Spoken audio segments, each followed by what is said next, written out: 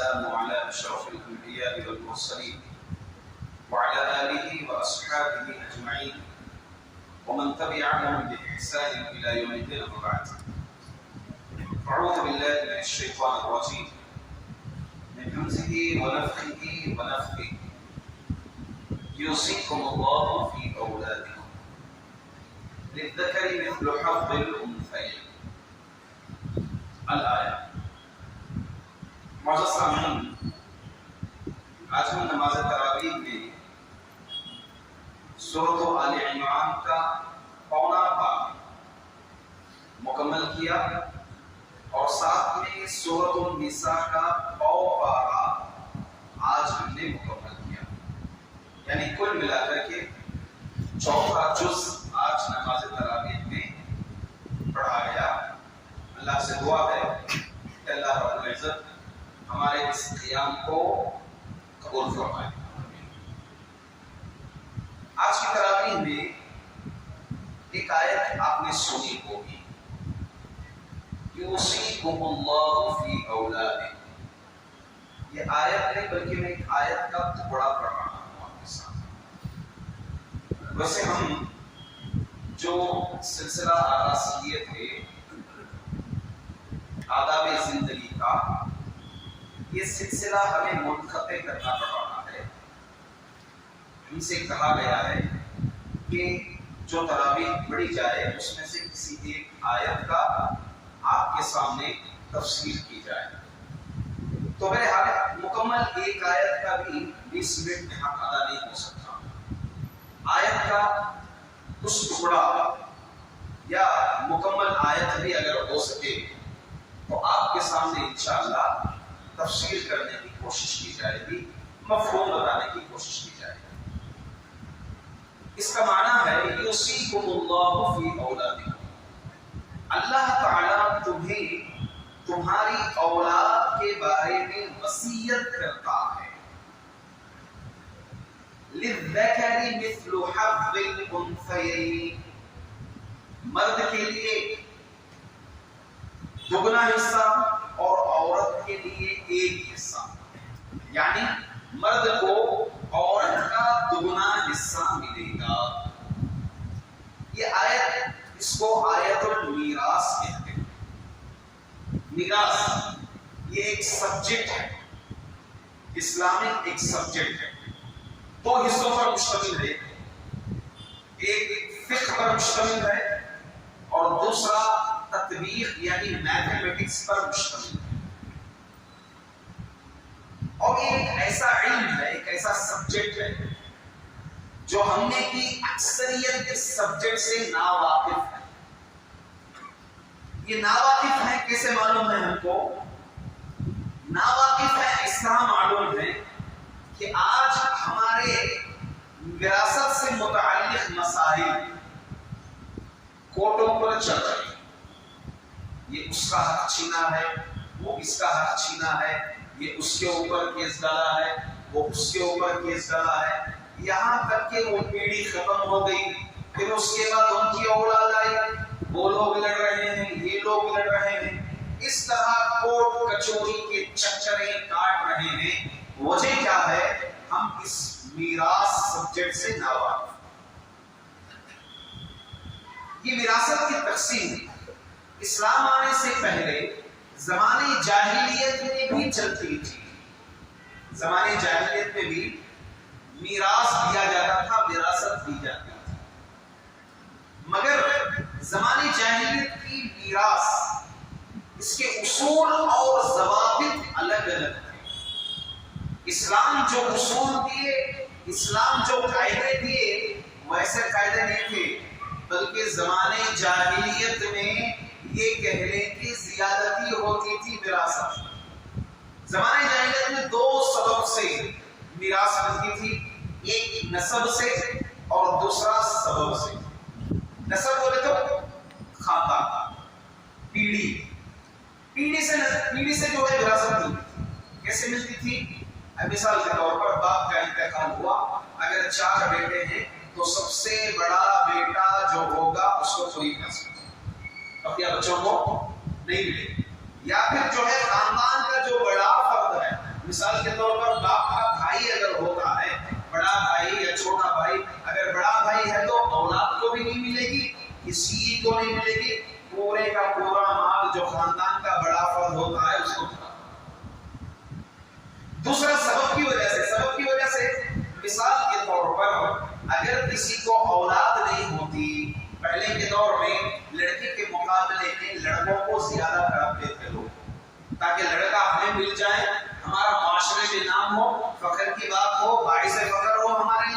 اس لیے کیا کرتے تھے لڑکے اگر نہیں ہوتے تو لڑکوں کو لے کر پال لیتے، جس کو ہم کہتے ہیں لے پالک۔ قرآن کریم نے ان کو کہا ہے ادعیا لے پالکوں۔ تو لے پالکوں کو کیا کرتے تھے جو کہ حقیقی معنی میں بیٹے نہیں ہوتے تھے، اگر لے پالک ہے نہ اس کو میراث ملے گی نہ وہ حقیقی معنی میں اس کا بیٹا ہوگا۔ قرآن کریم نے کہا ادعوہم لآبائہم هو اقسط عند اللہ، تم لے پالکوں کو ان کے حقیقی باپ کا نام لے کر کے بلاؤ، ان کے باپ کی طرف منسوب کر کے بلاؤ، یہی اللہ کے پاس انصاف ہے۔ ہم میں سے اکثر جو ہے لے پالک بچوں کو لے لیتے ہیں، اسی کو جو ہے ہمارا نام دے دیتے ہیں اور اس کو وراثت بھی ملتی ہے، معاشرے میں بولتے نہیں کیونکہ جو ہے لوگ سمجھیں گے کہ یہ تو بانجھ ہے، اس لیے جو ہے شرم کے مارے بولتے نہیں، بالکل غلط ہے۔ بچپن سے بچے کے ذہن میں ڈالا جائے کہ ہم تمہارے حقیقی والدین نہیں ہیں بلکہ ہم آپ کی کفالت کر رہے ہیں۔ قرآن کا یہی حکم، اسلام کا یہی حکم۔ تو ایسے لے پالکوں کو زمانے جاہلیت میں وراثت ملی۔ اسلام آیا، آ کر کے کہا کہ عورتوں کو بھی وراثت ملے، بچوں کو بھی وراثت ملے اور لے پالکوں کو وراثت نہ ملے۔ اسلام آیا عورتوں کو بھی وراثت ملے، لیکن جیسے ہی آیت نازل ہوئی یوصیکم اللہ فی اولادکم، تفسیر جریر میں حافظ عبداللہ بن عباس رضی اللہ عنہ نے نقل فرمایا ہے روایت کہ جیسے ہی آئی تو لوگ کہنے لگے کہ ہم اپنی عورتوں کو بھی وراثت دیں، اپنے چھوٹے بچوں کو بھی وراثت دیں جو کہ ہمارے لیے کوئی ابھی تک کوئی فائدہ ہی نہیں پہنچا ہے، ان کو وراثت دیں۔